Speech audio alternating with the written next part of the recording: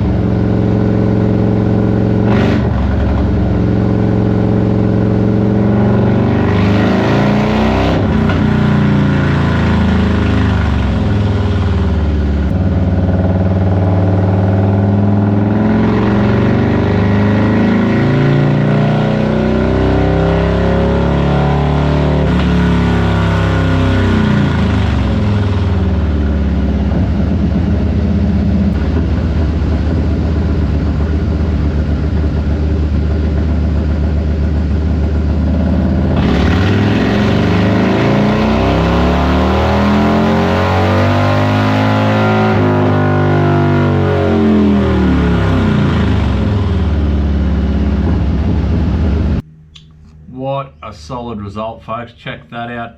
147 horsepower, 149 foot-pounds of torque.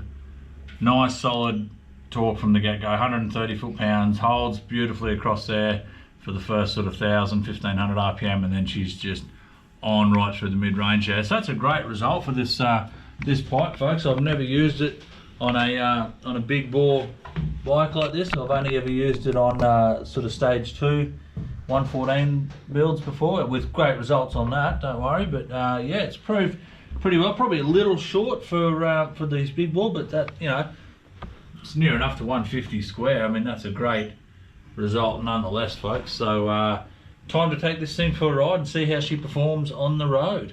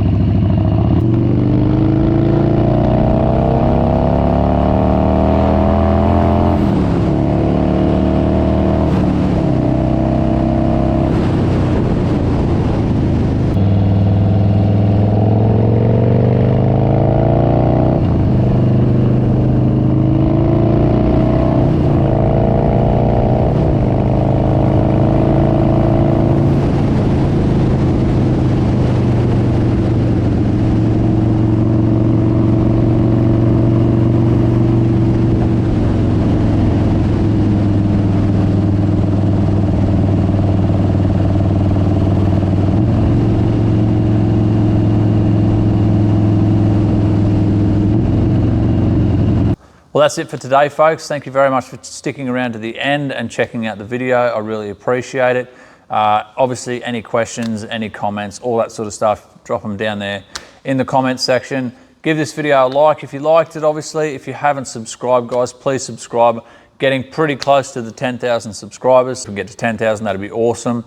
And obviously there's a few more videos to come, guys, so please bear with me as I try and find the time between being full-time mechanic, a parent at home, and trying to do this YouTube thing. I'm trying to juggle it all, guys, so appreciate the patience between uploads, folks. But until then, I'll see you next time.